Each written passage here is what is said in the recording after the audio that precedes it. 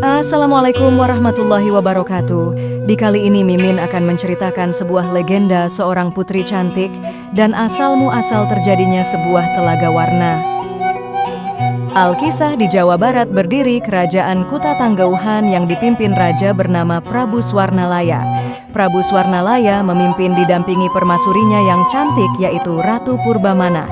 Di masa kepemimpinannya kerajaan cukup makmur dan Prabu Swarnalaya sangat dicintai oleh rakyatnya.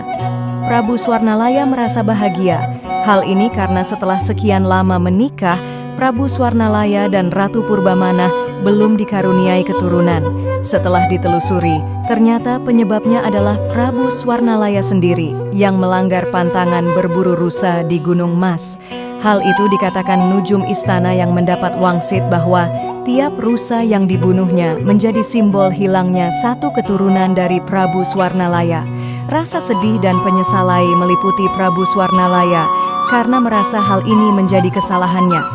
Sebagai cara untuk membayarnya, Prabu Swarnalaya harus berangkat bertapa pada malam bulan purnama ke sebuah gua kecil di Gunung Mas tanpa diketahui siapapun dan melepas semua atribut kerajaan. Segala halang rintang telah dilalui, hingga akhirnya Prabu Swarnalaya bisa kembali dari pertapaannya. Ratu Purbamana yang khawatir langsung menyambutnya dengan berbagai hidangan yang nikmat. Beberapa bulan kemudian pertapan Prabu Swarnalaya membuahkan hasil. Sang permaisuri dinyatakan telah mengandung. Setelah 9 bulan, Prabu Swarnalaya dan Ratu Purbamana akhirnya memiliki seorang putri cantik bernama Dewi Kuncung Biru. Dewi Kuncung Biru tumbuh menjadi putri yang cantik dan gemar bersolek, terutama mengenakan perhiasan mahal.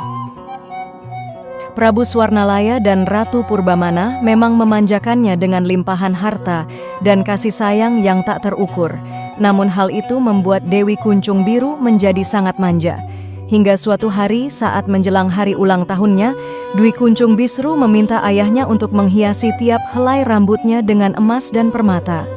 Prabu Swarnalaya dan Ratu Purbamana terkejut mendengar permintaan putrinya dan berkata bahwa hal tersebut tidak masuk akal. Helai rambut Dewi Kuncung Biru terlalu banyak dan mustahil untuk menghias semuanya dengan emas dan permata. Mendengar hal itu, Dewi Kuncung Biru marah dan kesal karena keinginannya tidak dikabulkan. Kemarahan Dewi Kuncung Biru terdengar keluar istana dan membuat rakyat tergerak untuk menyumbangkan harta mereka sebagai hadiah bagi sang putri.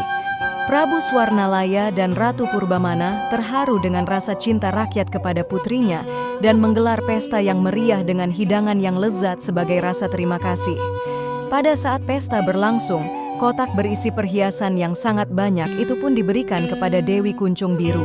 Ketika melihat isinya, Dewi Kuncung Biru justru kecewa karena perhiasan yang ia dapat tak seindah harapannya. Dengan sombong, Dewi Kuncung Biru melempar kotak itu beserta isinya ke lantai dan membuatnya jatuh berserakan.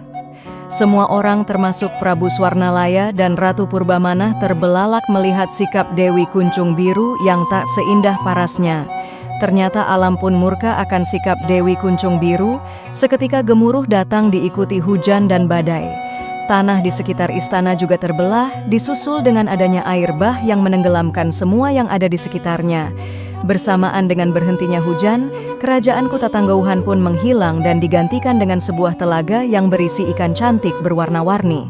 Lokasi telaga yang konon menjadi tempat tenggelamnya kerajaan Kuta Tanggauhan, kemudian dikenal hingga saat ini sebagai Telaga Warna. Itulah kisah legenda munculnya Telaga Warna yang berada di Puncak Cisarua, Bogor, Jawa Barat. Mohon maaf bila ada kesalahan dalam penyebutan nama tempat dan lain hal. Terima kasih.